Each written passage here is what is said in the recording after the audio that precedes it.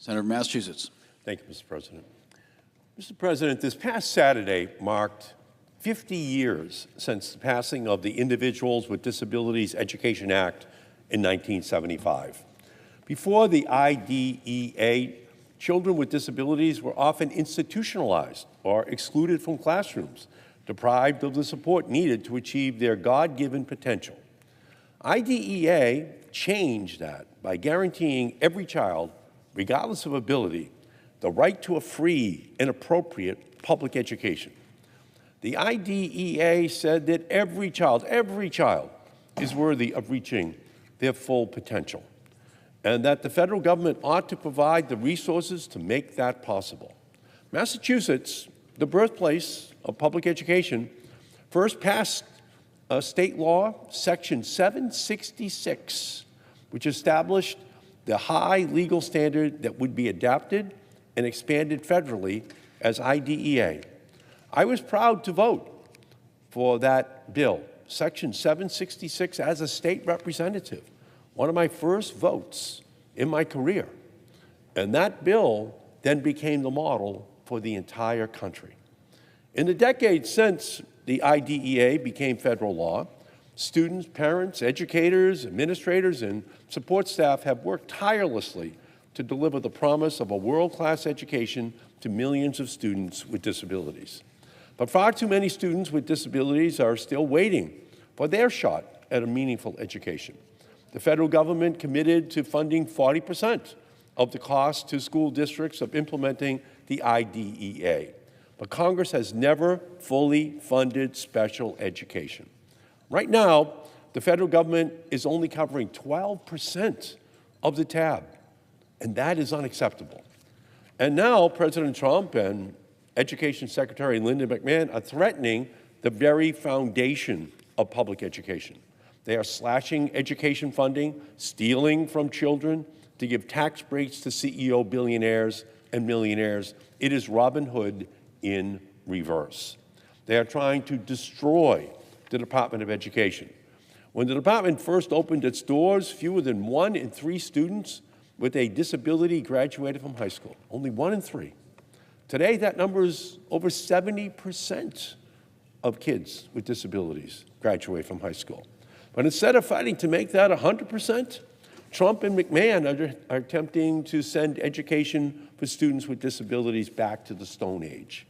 In their big ugly bill, Trump and the MAGA Republicans doing his bidding also slashed Medicaid, which covers over $8 billion in school-based health services delivered to students. Medicaid funding is the 4th largest federal funding stream for public schools. And 2 weeks ago, I visited the campus school in Boston, a school for students with complex disabilities and extensive support needs. During my visit, I met Natalie, a middle school student, and her mom, Julia.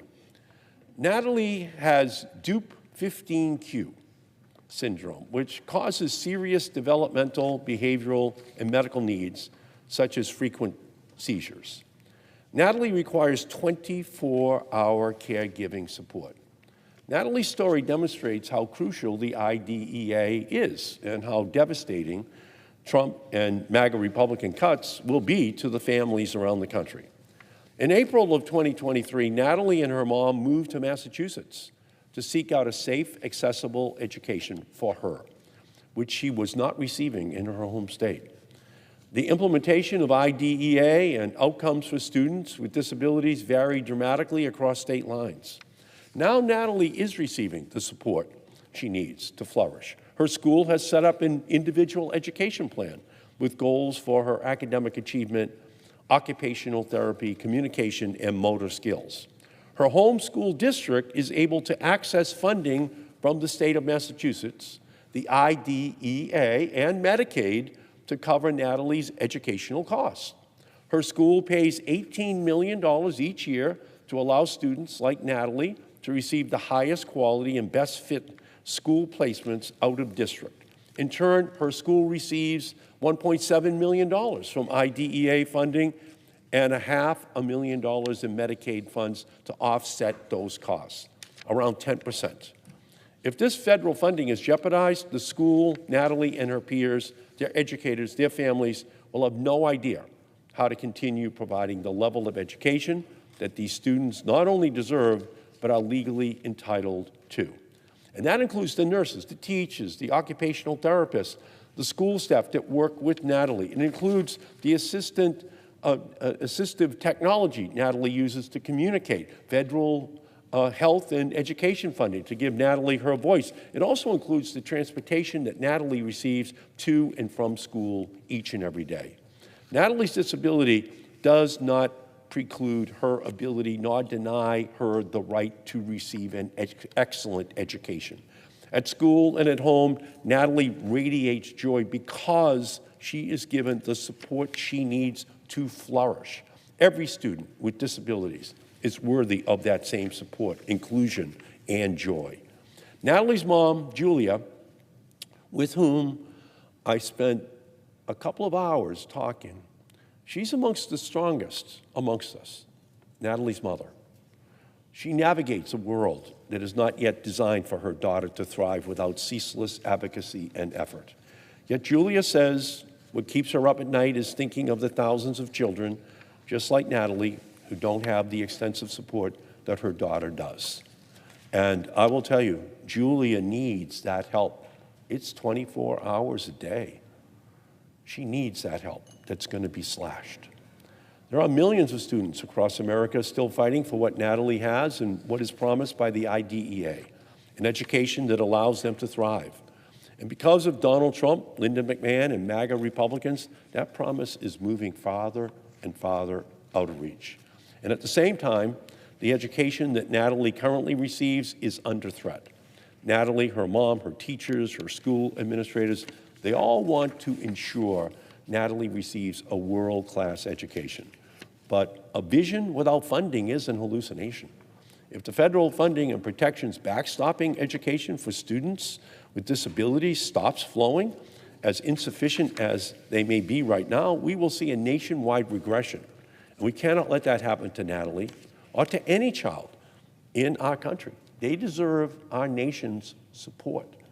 As we look ahead to the next 50 years of IDEA, our moral obligation to students with disabilities must not waver.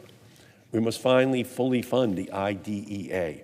We must forcefully reject the Trump administration's continued attacks on public education. And ultimately, we must make sure that every child in America, no matter what state they live in, is given the opportunity to excel and to thrive. This anniversary is a call to action. Children are only 25% of our population, but they're 100% of our future. We must fight for them every single day. Natalie is a story that all of us must be aware of. And I also rise today, Mr. President, to oppose the effort to open up the Arctic National Wildlife Refuge to permanent, irreversible damage from the big oil industry, because this effort to overthrow the Biden administration's record of decision on the management of the Arctic Refuge through the Congressional Review Act process will sow chaos, create legal uncertainty, and put the refuge into limbo. But we do have some certainty. Republicans know this will put our last most wild place at risk. It will put the rare caribou, polar bears, and wildlife that they call as home, the refuge. It will put that refuge at risk. The Gwich'in people have said over and over that it puts their way of life at risk. But this vote would also put business and legal certainty at risk. Years of confusion, lawsuits, and paralysis, all from this unnecessary resolution. And for what? The fossil fuel fiasco has been rejected time and time again by insurers, major banks, and oil and gas companies. They have said they won't finance development in the refuge. They're even paid to get out of leases. 2 failed lease sales, one of which was held under President Trump, should have been the end of this political theater. But they persist, and even before drilling, any fossil fuel exploration in the refuge will leave scars that will last for generations. Instead of tackling our affordability crisis, instead of fighting the climate crisis, instead of protecting healthcare programs or fighting for the needs of special education students, this is what Republicans want to vote on. an attempted favor for big oil executives. This CRA resolution would jeopardize the Arctic refuge, the greatest intact wildlife refuge in our nation. It would jeopardize our chance at a livable future, and it would jeopardize the Gwich'in people's way of life. Our public lands belong in public hands. Yesterday, the President of the United States, with the auto industry of our country standing behind him, signed a new resolution saying that we're not going to try to increase fuel economy standards in our nation. You know what the consequence of that is?